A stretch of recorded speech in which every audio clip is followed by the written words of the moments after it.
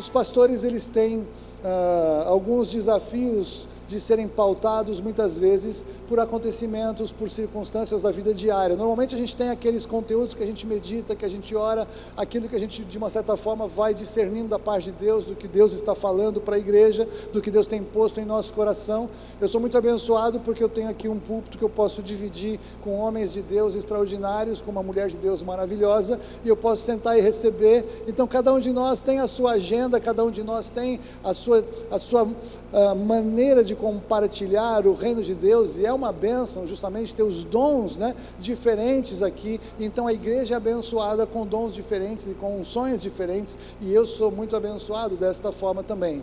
Mas nesta semana, é claro que é impossível para alguém como eu, que ama escatologia e que estuda isso já há muito tempo, não parar para imaginar o coração de muitas pessoas diante desta situação que nós estamos vendo acontecer na Ucrânia. E aí a gente, de uma certa forma, a gente fica numa situação estranha, porque às vezes parece que nós estamos sentados dentro de casa, assistindo um filme de guerra, assistindo um documentário, alguma coisa que está acontecendo em algum lugar, mas que aquilo é meio cenográfico, não é bem verdade. Mas a gente começa a perceber que ali existem pessoas de carne e osso, que existem irmãos nossos que estão ali passando dificuldade, e a gente fica até com uma certa dificuldade de entrar naquela realidade, porque nós temos sido sempre muito anestesiados com tanto filme, com tanta coisa. Então parece que a gente transforma tudo em efeitos especiais, não são pessoas reais. Só que não, dessa vez são pessoas reais, é uma situação real. O nosso mundo está passando por um grande momento de confusão e de turbulência, e todas as pessoas então estão buscando respostas.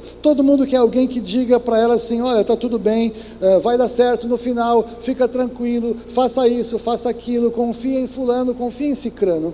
E na verdade ninguém pode garantir nada disso para ninguém. Eu até procurei organizar um texto para perguntar para você e para quem nos acompanha, principalmente, eu não sei quem é, em quem você está depositando a sua esperança? No Putin, no Biden, no Macron, na ONU, no Bolsonaro, no Lula, na terceira via, na OMS, nas vacinas, nas políticas públicas de saúde, nos analistas especialistas das redes de televisão e mídias globais, analistas financeiros premiados, vencedores de prêmio Nobel da Paz, ou os mais publicados, ou nos profetas apocalípticos com muito alcance nas mídias, que estão aproveitando e recebendo muitos cliques, falando coisas para prender a sua audiência. A Bíblia é clara em nos afirmar que há um único sistema que governa a humanidade no planeta. É o império das trevas, o curso desse mundo, o sistema do anticristo, que vai governar o mundo por alguns anos, que se estabelecerá através de 10 reis, que tem um único intento, que é entregar o seu poder à besta. E aqui nós lembramos então da estátua do sonho de Nabucodonosor, a estátua que é uma única estátua, diferentes reinos que se sucedem, mas fazem parte de um mesmo e único sistema. Então a minha palavra para você é: esqueça os confrontos direita e esquerda, oriente e ocidente. Há um único sistema em curso. Não acredite que você sabe o que o Putin fala nas suas reuniões secretas, ou o que Biden diz para os seus líderes militares. Sabemos apenas o que querem que pensemos. Não confie na história que está sendo escrita, não confie nem mesmo na imprensa, nem nos governantes. Confie na palavra do Senhor, porque Ele reina. Ele anuncia o fim desde o princípio, cujo propósito vai se estabelecer. Ele reina, louvado seja o nome do Senhor. Querido, querida, se você entrar na maneira do mundo pensar, você vai ficar refém igual, com medo igual, angustiado igual, confiando nas pessoas erradas da mesma forma que todos eles estão confiando. Ninguém sabe o que vai acontecer nos próximos tempos. O Senhor reina. Mas entenda uma coisa: não há de fato um confronto entre nações. Há um único sistema em curso, que é o sistema de Satanás. A Bíblia chama de o curso desse mundo, o império das trevas, que trabalha assim, causando divisões, causando conflitos, semeando guerras, criando confusões, para mudar o curso da história da humanidade, porque eles têm um plano, eles têm um projeto, eles têm um propósito. As trevas têm uma articulação para tomar conta do planeta, e sabe de uma coisa? Por um breve tempo, o Senhor Jesus vai permitir que isso aconteça. E você e eu, vocês que somos de Jesus, você tem que entender, nós não somos um acidente genético, você não é um acidente biológico da sua família. O Senhor sempre soube que você e eu estaremos vivos nestes dias, que são os últimos dias da história da humanidade, como conhecemos, até que o Senhor Jesus venha. E esse tipo de conhecimento, de informação, para nós que somos do Senhor, não é para nos dar angústia, mas é para nos dar paz, porque sabemos que o Senhor reina em toda a história. Tudo que está acontecendo, o Senhor tem no controle das suas mãos. Abra comigo a sua Bíblia no livro do profeta Isaías, capítulo 46, versículos 9 em diante. Eu estou lendo aqui na revista e atualizada aí, só para vocês saberem. Então veja, o Senhor inspira o profeta Isaías a nos falar o seguinte: lembrai-vos das coisas passadas da antiguidade, Isaías 46, de 9 a 13, que eu sou Deus, e não há outro, eu sou Deus, e não há outro semelhante a mim, que desde o princípio anuncio o que há de acontecer, e desde a antiguidade as coisas que ainda não sucederam. Que digo, o meu conselho permanecerá de pé, farei toda a minha vontade. Que chamo a ave de rapina desde o oriente, de uma terra longínqua, o homem do meu conselho. Eu o disse, eu também o cumprirei. Tomei este propósito, também o executarei. Ouvi-me vós, os que sois de obstinado coração, que estáis longe da justiça. Faço chegar a minha justiça e não está longe. A minha salvação não tardará, mas estabelecerei em Sião o livramento e em Israel a minha glória. O cenário profético termina em Israel, mas o cenário profético ele passa pela igreja. O cenário profético ele passa por tempos de turbulência no mundo.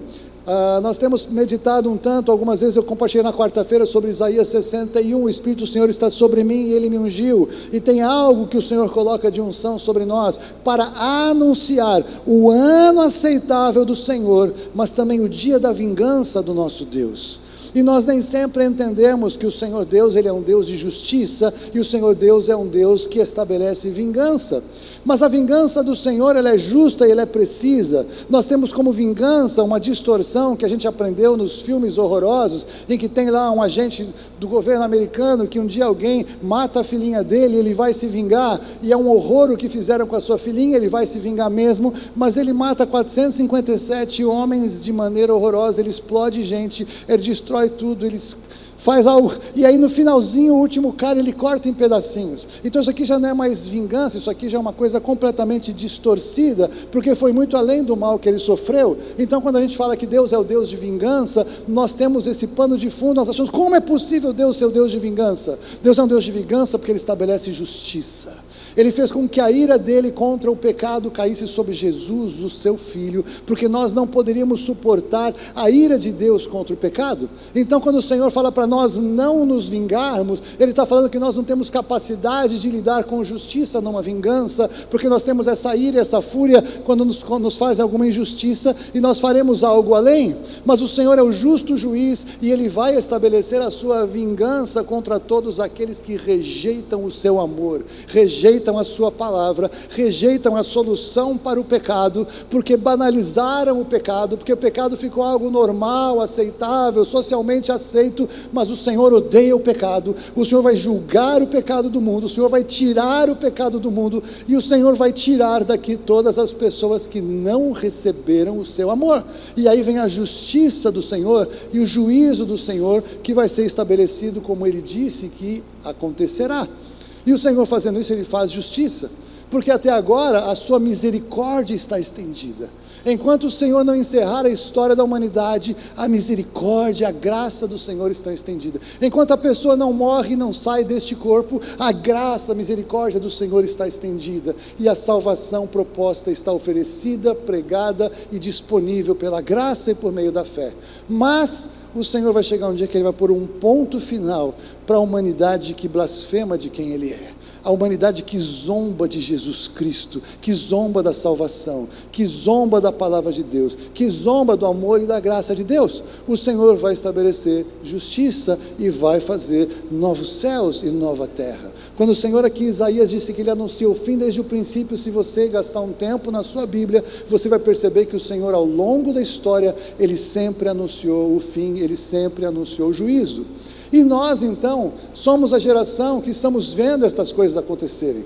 Nós estamos aqui, vocês já estão todos acostumados, então todos nós já achamos normal ter as nossas máscaras que combinam com a camisa, que combinam com o tênis, que são laváveis, que são descartáveis. Mas 3 anos atrás, se eu falasse alguma coisa assim, você ia achar que eu era um cara estranho de imaginar que você tinha que estar no culto com uma máscara que combinasse bonitinho com a sua roupa. O mundo está mudando nos últimos tempos. Desde que começou essa situação, a gente percebe que sinais da palavra de Deus têm acelerado um pouco mais no seu cumprimento. E quando nós vemos uma situação como essa agora da Ucrânia, nós começamos a perceber que as coisas estão ficando sérias. Quer dizer que já são os últimos dias? Não sei. Eu não posso marcar data, a Bíblia não me permite marcar data, mas o Senhor nos chama para vermos os sinais, para discernirmos os sinais. Esse não é um assunto que dá para pregar num culto de domingo, é por isso que a gente faz uma reunião de terça-feira em que a gente estuda mais sobre isso. Mas num culto de domingo eu quero lançar algumas coisas para as pessoas que nunca separaram tempo para estar em escatologia, não estudaram, não sabem muita coisa. Eu quero dar uma manchete para você. Eu quero aproveitar que você está com a sua atenção ligada no que está acontecendo na Ucrânia nesse momento, que sim, os movimentos de mudança aparentemente estão cumprindo o que a Bíblia diz acerca da agenda dos últimos dias. E se isso para as pessoas do mundo é motivo de angústia e de desespero, para você e para mim é motivo da gente falar: Maranata, Maranata, ora vem Senhor Jesus. O Senhor Jesus está voltando, e nós vamos ser libertos deste corpo que nos prende, vamos ser libertos do pecado, e finalmente estaremos diante do Senhor, vamos vê-lo face a face, seremos transformados à imagem de quem Ele é, e aí sim nós vamos entender qual é o propósito original do Senhor no Éden, e que se perdeu provisoriamente depois que o pecado entrou. O plano de Deus que começou no Éden continua com todos nós que somos dele. Se você ler Apocalipse 22, você vai ver que no mesmo portão que Adão e Eva foram expulsos em Gênesis 13, será aberto e nós vamos ter acesso ao rio da água da vida, nós vamos ver a praça do Senhor, nós vamos entrar na presença do Senhor, onde não tem dia, não tem noite, a luz do sol não é necessária, porque a glória do Senhor ilumina aquele lugar. Então você e eu, nós não podemos nos prender às coisas aqui da terra e a gente querer que Deus resolva a nossa vida aqui, que nos dê as nossas bênçãos aqui, que ajude a gente a continuar aqui, porque esse não é o melhor de Deus para você e nem para mim. Você está entendendo? Esse não é o melhor de Deus para você nem para mim. O Senhor nos chama para lugares mais altos e profundos. Agora eu sei que quando a gente fala sobre assuntos assim, a carne fica um pouco desconfortável. Eu lembro assim, uma vez que eu comecei a estudar escatologia, eu falei: meu Deus, mas como é que é isso? Eu vou embora, mas como é que é viver para sempre? Nossa, mas que coisa estranha, que coisa esquisita. Sabe por quê? Porque nós estamos presos nessa carne, porque esse cérebro aqui, ele não é um cérebro finito, limitado pelo pecado, limitado pela morte, mas aqui dentro tem o homem espiritual, tem a vida de Cristo em mim, que começa a me falar de coisas eternas, e eu começo a abrir para tentar entender as coisas eternas, mas aí eu travo em quem eu sou, e essa luta é normal para o crente. Não fique preocupado com isso, mas você não pode transformar sua mente espiritual e livre no Senhor a uma mente carnal e finita, presas em coisas que te dão segurança aparente. E o que o mundo quer? Segurança, que alguém resolva o conflito, que alguém resolva a economia, que alguém resolva todas as coisas, porque é a única vida que eles conhecem. Se não arrumar essa vida, eles estão perdidos, porque a vida acabou. E se nós acharmos assim também, nós estamos iguais a eles. Então nós que somos os portadores da esperança, nós que somos os portadores da resposta, caímos no risco de cair nessa cilada de Satanás e sermos travados de falar a verdade. É verdade, tudo vai acabar, mas tem esperança. É verdade, o mundo está mudando, talvez nunca mais vai ser igual, mas o Senhor tem novos céus e nova terra muito melhores do que isso tudo. É verdade, nós não queremos que as coisas mudem, mas o Senhor faz novas todas as coisas. Louvado seja o nome do Senhor. Então imagine o seguinte: O mundo que Deus criou, maravilhoso, que a gente pode sair e olhar tantas coisas. A Bíblia diz que a criação que a gente vê hoje geme, porque foi sujeita pelo pecado. Você acha maravilhosa a criação? Eu também acho. Mas é a criação caída, não é a melhor criação de Deus, não é a melhor versão da criação do Senhor, está corrompida pelo pecado, está estragada pelas obras da humanidade. Então o Senhor, Ele nos chama para algo muito maior e muito mais alto. Esta criação aguarda a sua libertação, e o Senhor vai libertar a criação do peso do pecado. Já já isso vai acontecer, mas eu não posso perder a chance de dar para você um sinalizador de tempo, e isso é muito importante, porque geralmente quando eu falo de escatologia, a primeira coisa que as pessoas falam para mim é: Haroldo, mas ninguém sabe o dia nem a hora. Quantos conhecem esse versículo? Eu não vou pegar vocês no contrapé, mas sabe o que eu faço com a maioria das pessoas? Eu falo: perfeito, é verdade. Quem falou isso? A maioria das pessoas não tem a menor ideia de quem falou que ninguém sabe o dia nem a hora. Aí eu pergunto, aí eu vou a pé, e onde está escrito? As pessoas não sabem, porque esse é um dos versículos mais conhecidos por crente que não querem de jeito nenhum que chegue os últimos dias. Então quero que fale: ninguém sabe o dia nem a hora, então não perca tempo em estudar. Haroldo, não venha me aborrecer falar sobre esse tipo de coisa, porque ninguém sabe o dia nem a hora. Jesus escreveu esta frase, palavras literais de Jesus, em meio a um sermão profético. O sermão profético de Jesus em Mateus 24 e Mateus 25, ele fala um monte de coisas que vão acontecer nos últimos dias. Ele fala um monte de sinais para a gente observar acerca dos últimos dias. Ele fala sobre situações que vão acontecer nos últimos dias, e no final ele fala: mas ninguém sabe o dia nem a hora. Aí o que você acha? Jesus fala: olha, vai ter terremotos, mas ninguém sabe o dia nem a hora. Olha, vai ter guerras e rumores de guerra, mas ninguém sabe. Olha, vai ter pestes. Olha, o amor de quase todos vai esfriar. Olha, vai acontecer assim em Israel. Olha, o que você acha que Jesus quer destacar? O que ninguém sabe o dia nem a hora? Ou olha os sinais, a lista de sinais que eu estou apresentando para você. É claro que ele estava destacando a lista de sinais que ele estava propondo como informação para aquelas pessoas. Por que ninguém sabe o dia nem a hora? Queridos, porque Jesus falou isso 2000 anos atrás.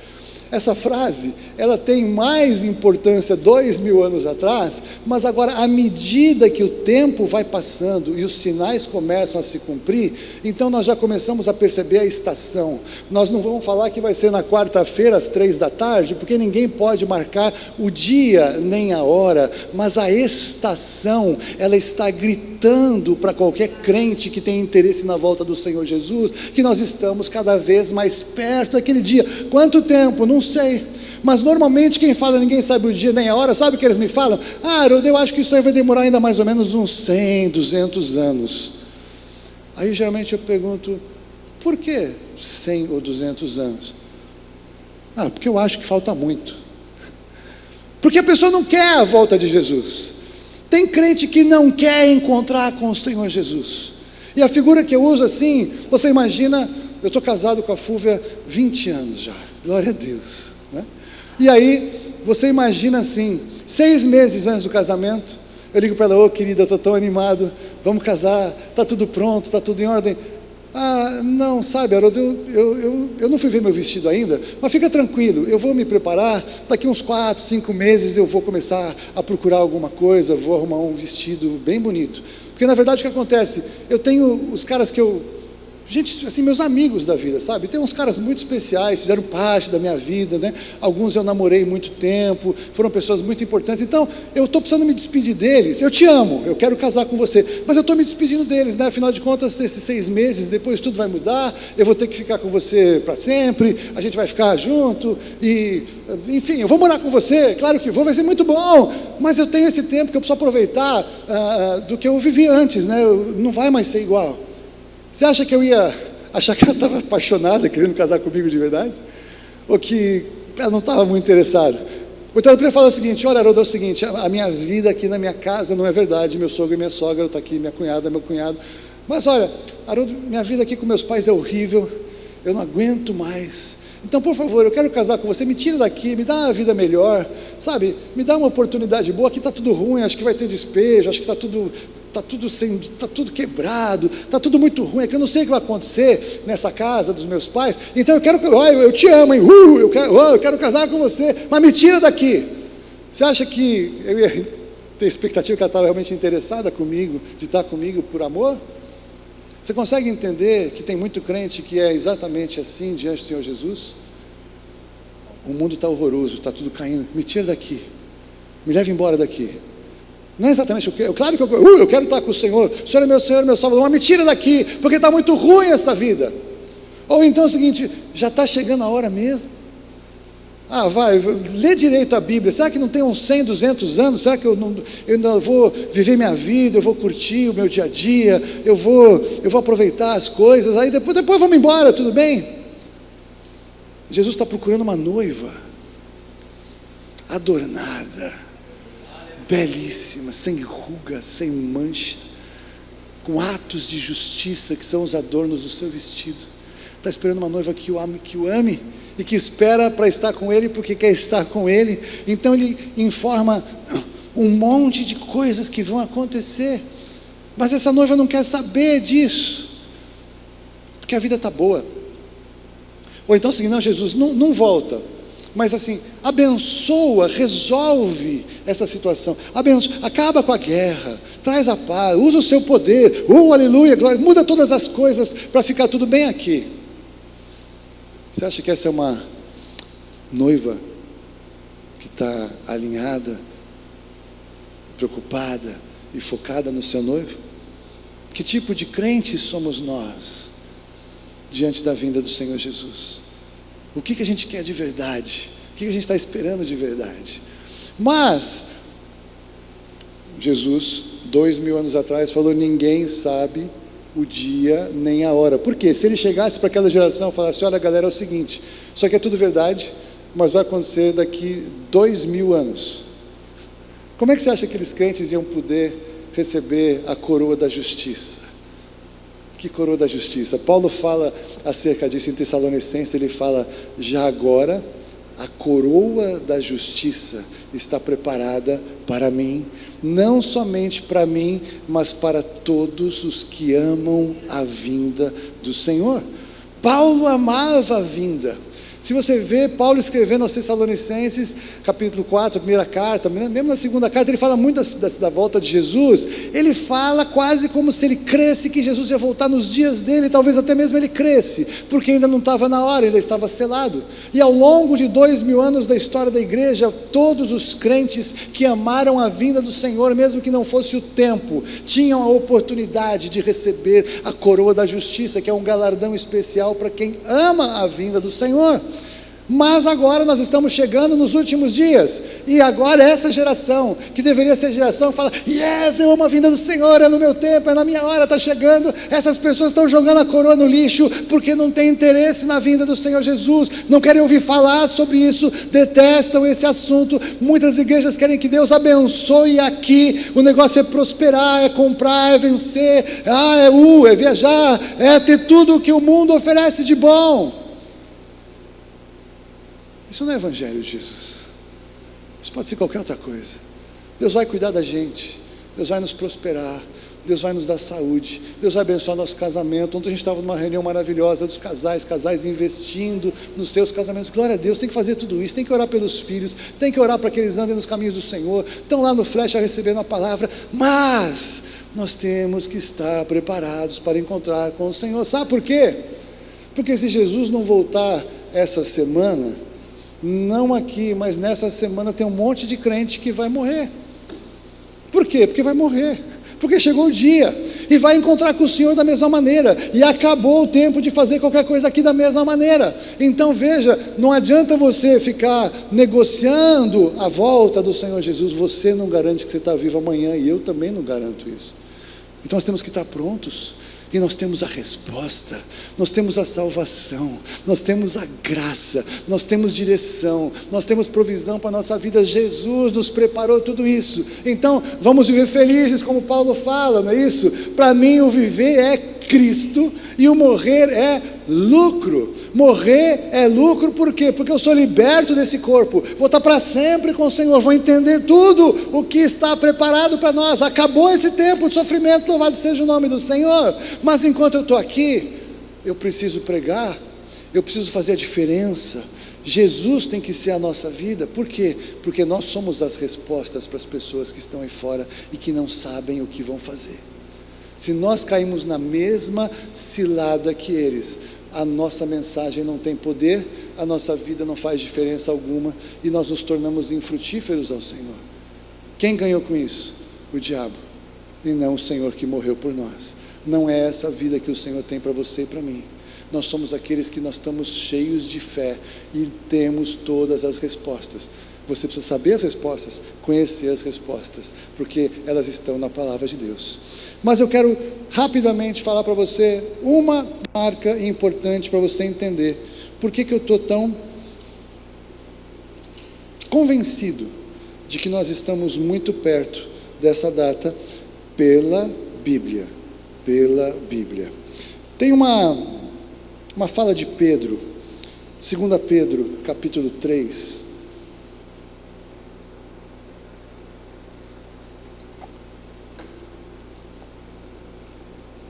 Segunda Pedro, capítulo 3. Nós vemos algo assim. O contexto aqui é por que Jesus demora para voltar.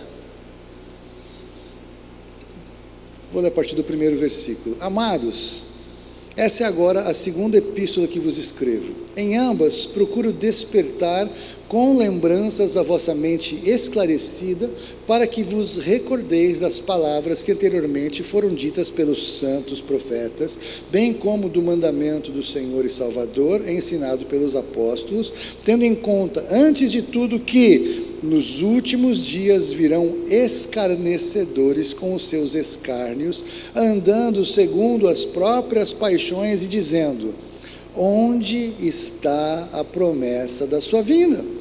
Porque desde que os pais dormiram, todas as coisas permanecem como desde o princípio da criação. Porque deliberadamente esquecem que de longo tempo houve céus bem como terra, a qual surgiu da água e através da água pela palavra de Deus, pela qual veio aparecer o mundo daquele tempo afogado em água. Ora, os céus que agora existem e a terra pela mesma palavra têm sido entesourados para o fogo, estando reservadas para o dia do juízo e destruição dos homens ímpios. Há, todavia, uma coisa, amados, que não deveis esquecer, que para o Senhor um dia é como 1000 anos, e 1000 anos como um dia. Não retarda o Senhor a sua promessa, como alguns a julgam demorada. Pelo contrário, Ele é longânimo para convosco, não querendo que nenhum se perca, senão que todos cheguem ao arrependimento. Virá, entretanto, como ladrão o dia do Senhor, no qual os céus passarão com estrepitoso estrondo e os elementos se desfarão abrasados, também a terra e as obras que nela existem serão atingidas. Até aqui, vale a pena você ler o texto inteiro, mas aqui tem uma coisa muito importante. Pedro, ele faz uma analogia da criação, a terra que emergiu da água, ele fala da destruição do dilúvio, ele fala: o Senhor não retarda a sua vinda, Ele é misericordioso, não quer que nenhum se perca, senão que todos tenham arrependimento. Mas entendam que no contexto dos últimos dias, um dia é como 1000 anos, e 1000 anos como um dia. Vocês leram isso daqui? Amém. Vocês sabem em quantos dias a terra foi criada? 7 dias, para ser mais preciso, 6 dias, e no 7º o Senhor Jesus descansou. Então, de uma certa forma, a gente pode pensar que o Senhor, pensando na história, Ele está falando desde quando a terra foi criada e as águas, a terra emergiu das águas, de quando a terra foi destruída pelo dilúvio, que um dia é como 1000 anos, e 1000 anos é como um dia. Se você pegar a história da humanidade segundo a Bíblia, você sabe quantos 1000 anos a Bíblia nos dá de relato, desde que Adão foi expulso do jardim até os nossos dias? 6.000 anos. 4.000 anos antes de Cristo, 2.000 anos depois de Cristo. O que significa que nós, mais ou menos, enquanto história da humanidade, estamos vivendo aqui neste planeta há mais ou menos 6.000 anos. Jesus,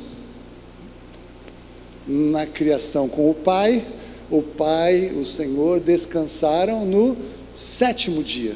Não é isso que a Bíblia nos fala? No 7º dia, o Senhor descansou das suas obras. A Bíblia nos deixa claro que, em breve, fechou aqui, abre por favor a sua Bíblia, Apocalipse capítulo 20, e nós vamos ver algo que ainda há um período de 1000 anos que está bloqueado um pouquinho para a nossa frente. Você vai encontrar isso em Apocalipse capítulo 20, versículos 1 a 3. Aqui é um evento futuro, diz: então vi descer do céu um anjo, tinha na mão a chave do abismo e uma grande corrente. Ele segurou o dragão, a antiga serpente, que é o diabo e o Satanás, e o prendeu por 1000 anos. Lançou no abismo, fechou e pôs selo sobre ele, para que não mais enganasse as nações, até que se completasse os 1000 anos. Depois disso é necessário que ele seja solto por pouco tempo. Pula para o versículo 6 de Apocalipse 20. Bem-aventurado e santo aquele que tem parte na primeira ressurreição. Sobre esses a segunda morte não tem autoridade, pelo contrário, serão sacerdotes de Deus e de Cristo e reinarão com ele 1000 anos. Então veja como a palavra de Deus nos dá uma dica muito importante para a gente fazer conta. A história da humanidade até agora, mais ou menos 6.000 anos, 2.000 anos depois de Cristo. Em algum momento, 1000 anos do reino do Senhor Jesus, junto conosco e junto com os mortos, os mártires do início da grande tribulação. 1000 anos Satanás está preso. Depois de 1000 anos é necessário que Satanás seja solto por um tempo, porque Satanás depois vai ser então definitivamente julgado. O que isso nos faz pensar? Que se um dia para o Senhor é como 1000 anos e 1000 anos é como um dia, que o prazo dos 6.000 anos para a história da humanidade são uma boa contagem de tempo para a gente perceber que pode ser o tempo do Senhor tirar os que são dele, para começar a grande tribulação e na sequência estabelecer o seu reino de 1000 anos. É muita coincidência, não é? Ele descansa por um dia e o reino dele sobre a criação é 1000 anos, é muita coincidência. Então por que eu estou falando para vocês que nós precisamos então prestar um pouco mais de atenção? Porque Jesus, ele nos deu a dica do 3º dia, quando ele fala sobre o bom samaritano. Conhece a parábola do bom samaritano? Depois você lê. Jesus é o bom samaritano, e ele encontrou aquele homem caído no caminho, dado como morto, e ele socorreu aquele homem, e ele colocou aquele homem na estalagem, e ele pagou pelo cuidado daquele homem que foi dado como morto. Ali tem alguns segredos interessantes, porque Jesus ele paga e fala: olha, vou deixar aqui 2 denários, se eu atrasar, eu pago a diferença. Os denários, eles são o valor de pagamento de um dia de trabalho. De quem Jesus estava falando ali? Não era dos religiosos, mas era dos samaritanos, que por figura somos nós, a igreja inclusive, não é? Então todos que estão caídos como mortos no caminho que o bom samaritano encontra, ele pega e ele leva para a estalagem. Por aquela porta já entrou um monte de gente que precisava ser socorrido, cuidado, não é isso? Ter as suas feridas cuidadas. A igreja de Jesus fazia esse trabalho, e Jesus então o que ele faz? Ele pagou, deixou antecipadamente pago quantos dias de trabalho? 2 dias. Para o Senhor um dia é como 1000 anos, e 1000 anos é como um dia. Quanto tempo tem a história da igreja? 2000 anos. Quanto tempo aconteceu o Pentecostes? 2000 anos. Você percebe o paralelo? Se eu atrasar um pouquinho, eu pago a diferença. Sabe o que Jesus fala na sua parábola, falando acerca da noiva, das virgens, das 10 virgens em Mateus 25? Se a gente conseguir fazer o cálculo certinho, achar a data certinha e profetizar a data certinha, aí Jesus chega e derruba tudo e fala o seguinte: tardou o noivo. Louvado seja o nome do Senhor. O noivo vai tardar um pouquinho. Nós estamos em 2022 depois de Cristo. Já passou o primeiro dia, de 0 a 1000. Já passou o segundo dia, de 1000 a 2000, já estamos 22 anos depois. Dá para marcar data? Não dá para marcar datas. Mas veja, queridos, 2 anos atrás, o mundo virou de ponta cabeça. Uma das coisas que a Bíblia fala que vai acontecer nos últimos dias são pandemias, isso é muito claro. Mas mais do que uma pandemia, o que aconteceu 2 anos atrás é que o mundo, pela primeira vez, o mundo todo, países islâmicos, países comunistas, democracias, monarquias, países socialistas, todas as nações começaram a mudar as suas leis e começaram a obedecer um comando central por causa do problema de saúde que veio sobre o mundo. Nunca aconteceu nada parecido. Nunca teve tecnologia para controlar a vida das pessoas como tem hoje. Nunca teve a tecnologia da tal da marca da besta em algum momento, que ninguém consegue fazer mais nada se não tiver uma marca. A pandemia gerou esse momento, gerou essa oportunidade. Então, as pessoas que estão por trás das cenas, não quem a gente vê, não os rostos visíveis, mas os rostos que agem nas trevas, tomaram o mundo de assalto, aproveitaram a situação, e o mundo ficou meio que governado aí por algumas poucas pessoas. De repente o Bill Gates virou uma grande autoridade em saúde pública e em vacinas. Ele é autoridade em vírus, claro, mas estou brincando. A OMS começou a assumir um papel importante. Algumas pessoas começaram a dizer para o mundo o que o mundo tem que fazer. E todos os países, todos os regimes de governo se sujeitaram a essas regras. Há um sistema preparado para o anticristo assumir. É só questão de se permitir pensar um pouquinho. O primeiro selo de Apocalipse 6 fala disso. O segundo selo de Apocalipse fala de uma grande guerra envolvendo o planeta. Pode ser que não seja essa, pode ser que encontrem a paz, pode ser que atrasem um pouco, pode ser que essa guerra ou essa situação se torne uma guerra um pouco maior, né? Quem entende um pouco da OTAN, o que acontece, a questão agora da Turquia fechar o mar ali para os navios da Rússia não passarem, ali tem uma pegadinha interessante para a gente pensar. E se isso acontece, nós já estávamos vivendo hoje uma inflação mundial crescendo em todas as nações. Vocês estão acompanhando isso? Curiosamente, esse é o terceiro selo de Apocalipse, fala de fome e fala de inflação, e inflação sem uma guerra. Uma guerra que envolva muitas nações gera problemas econômicos, gera inflação mundial. Quarto selo, uma grande mortandade, uma grande peste, um grande conflito. Tudo isso, então, os tais dos 4 cavaleiros do Apocalipse, que todo mundo já ouviu falar, mesmo que você nunca tenha lido Apocalipse 6, estão todos meio enfileirados ali, na manhã do terceiro dia, na manhã do início do 7º dia, do 7º milênio. O que eu estou falando para vocês? Não vim aqui marcar data, não vim aqui para dizer o que vai acontecer, eu vim aqui para dizer para vocês o que a Bíblia diz, e eu venho recomendar para você o seguinte: você precisa saber no que você crê dentro da agenda dos últimos dias. Não coma pela mão de ninguém. Na verdade, eu vou dizer, não coma nem pela minha mão. Eu sou o seu pastor, eu estou aqui pregando o que eu creio, eu estudo isso há muitos anos. Mas ninguém tem todas as respostas neste momento, mas já tem muitas respostas disponíveis. Qual que é a minha palavra para você hoje? As pessoas ao redor estão desesperadas para saber o que vai acontecer. As pessoas não têm as respostas, elas não conhecem a Bíblia. Elas confiam nos políticos, elas confiam nas autoridades. As autoridades hoje, a maioria delas estão comprometidas com o sistema que virá. É muita coisa para eu falar aqui no domingo. Se você quiser participar alguma terça lá, aparece lá, a gente fala com mais calma. Mas há um único sistema de governo no mundo. Não existem vários. É o sistema de Satanás. Ele se disfarça em vários governos, ele se disfarça em várias religiões, ele se disfarça em várias ideologias nacionais.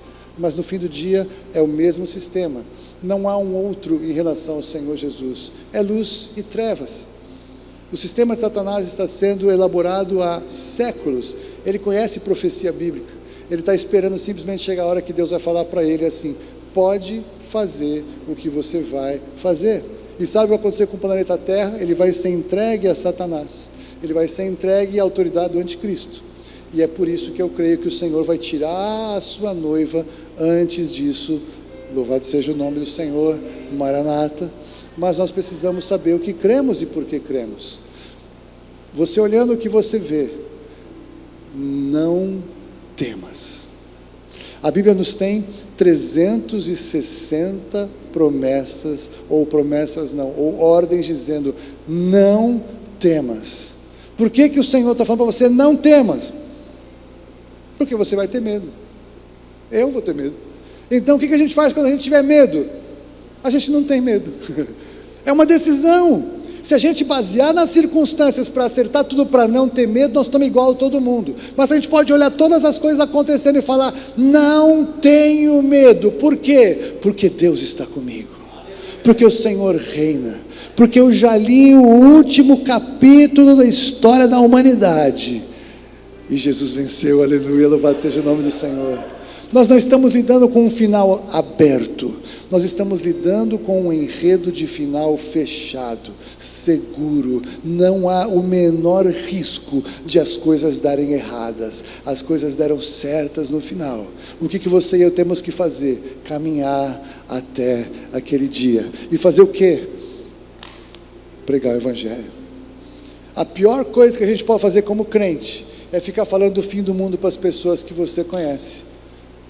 Jesus não nos manda pregar o fim do mundo para as pessoas se converterem a Cristo. As informações do que vai acontecer, o Senhor Jesus deixou para nós. É resposta para nós que temos a palavra. O que o Senhor Jesus fala para você e eu fazermos? Prega o Evangelho da graça. Prega o Evangelho pela fé, prega a salvação em Jesus Cristo, prega a esperança de vida eterna, prega a segurança da palavra de Deus. É isso que as pessoas precisam ouvir. Se ela chega para você e fala, eu estou apavorado com o que está acontecendo, eu acho que o mundo vai acabar, aí você fala para ela o seguinte, olha, se o mundo vai acabar eu não sei, eu sei é que se acabar eu vou estar com Jesus. Eu sei é que eu sei em quem eu tenho crido. Eu sei que eu tenho segurança para viver a minha vida. Eu falo com Deus, Ele me responde. Eu oro, Ele me atende. Eu tenho dúvidas, Sua palavra me tira as dúvidas. Eu sei quem eu sou em Jesus Cristo. Eu não tenho medo de morrer, porque eu sei para onde eu vou. Eu sei qual é o meu destino eterno. Não entra em falar de sinal e de fim do mundo, porque isso afasta as pessoas. Esse não é o Evangelho que nós temos que pregar. Temos que pregar o Evangelho da graça. Mas saiba o que você crê acerca dos últimos dias. Sabe por quê? Porque você precisa tentar entender quanto tempo você tem para ganhar os familiares que faltam, para alcançar os amigos que você tem ao seu redor, para acelerar a sua santificação, para voltar para o Senhor Jesus, para estar mais perto dele. A palavra da urgência dos últimos dias é para aquecer o nosso coração e nós nos entregarmos mais ao Senhor. É para nós abandonarmos coisas passageiras, que já tudo que está aqui vai ser desfeito. Querido, as obras que estão na terra vão ser desfeitas e destruídas todas. Sabe por quê? Porque a terra do Senhor é a terra e a sua plenitude, o mundo e os que nele habitam. O planeta é do Senhor, mas tudo o que está hoje estabelecido no planeta é de Satanás, é das trevas, é o império das trevas. As obras que estão no planeta vão ser desfeitas. Caixão não tem gaveta. Sabe o que nós vamos levar daqui? O que a gente faz para a eternidade. Nós somos chamados a semear para a eternidade, semear em vidas, semear em glória ao Senhor, semear em amar a sua vinda, semear em fazer diferença onde nós estamos. Não tenha medo, não ande ansioso. O Senhor reina. Ele diz, eu sou Deus que anuncio o fim desde o princípio. Você acha que Deus foi pego de surpresa com a Ucrânia? Você acha que Deus foi pego de surpresa com a pandemia? Você acha que Deus está pego de surpresa com o conflito entre as nações? Você acha que o Senhor de alguma maneira está preocupado com qualquer dessas coisas? Sabe o que o Senhor está fazendo? Está preparando lugar para te receber, para estar com Ele para sempre. Não foi isso que Ele falou em João 14? Não se turbe o seu coração. Você crê em Deus? Crê também em mim, diz Jesus. Na casa do meu Pai há muitas moradas, e eu vou preparar lugar para você. E quando eu for e estiver pronto, eu vou voltar e vou receber você para mim mesmo, para que onde eu estou esteja você também. Não é maravilhoso isso? Ele prometeu que vai voltar para nos buscar. Ele prometeu que foi preparar lugar. Ele nos dá o Espírito Santo, Ele nos dá a Bíblia. Só tem o seguinte: ele toma uma decisão muito séria a nosso respeito. Tem crente que viveu 100 anos atrás, 200 anos atrás, 500 anos atrás, 1000 anos atrás, viveu uma vida mais ou menos tranquila. Ele escolheu que a gente ia estar aqui nos últimos dias. Ele escolheu. Você não é um acidente. Deus escolheu você para viver nesses dias. Não é isso que Davi fala, Salmo 139? Ele nos viu substância sem forma na barriga da nossa mãe, e Ele escreveu todos os nossos dias. Querido, querida, Deus te escolheu para viver nesses dias. Não adianta você querer enfiar a cabeça na terra que nem avestruz e fazer de conta que nada está acontecendo ou que nada vai acontecer. Você precisa saber o que você tem para fazer nesses dias, porque o Senhor quer te usar poderosamente. Ele quer que você faça a diferença. Ele quer que você seja útil e frutífero para Ele. E quanto mais você buscar as respostas para as pessoas, Ele vai dar as respostas para você. Quer saber um pouco mais de respostas? Venha terça-feira na nossa reunião de Zoom. Você que está aqui comigo há mais tempo sabe que eu pouquíssimas vezes nesta igreja e nesse púlpito prego sobre a vinda do Senhor Jesus. Eu convido quem quer na reunião fechada. Aqui eu prego, de vez em quando eu dou uma pincelada, mas eu prego a sua vida, eu prego o evangelho, eu prego solução, eu prego a graça, eu prego o amor de Deus. Essa é a verdade do evangelho de sempre. Mas eu tenho que falar dos últimos dias. Você está numa igreja de um cara que estudou muito isso já e sabe que não sabe nada, mas algumas coisas já dá para eu compartilhar para o seu conhecimento. Se o Senhor aqueceu o seu coração, te espero terça-feira na reunião. Domingo que vem continuamos com a nossa programação normal neste púlpito. Pregar o evangelho, alcançar o perdido, fazer a diferença, ser cheio de poder, ser cheio da graça, cheio de palavra, cheio de respostas, cheio de fé, cheio de ousadia, cheio do Espírito Santo de Deus. Esse é o seu chamado até que Ele venha. Louvado seja o nome do Senhor. Amém? Se essa palavra fizer bem para você, e você sabe de alguém que está com medo, compartilhe o link do YouTube. Abençoe alguém com informações acerca desta agenda. Vamos orar.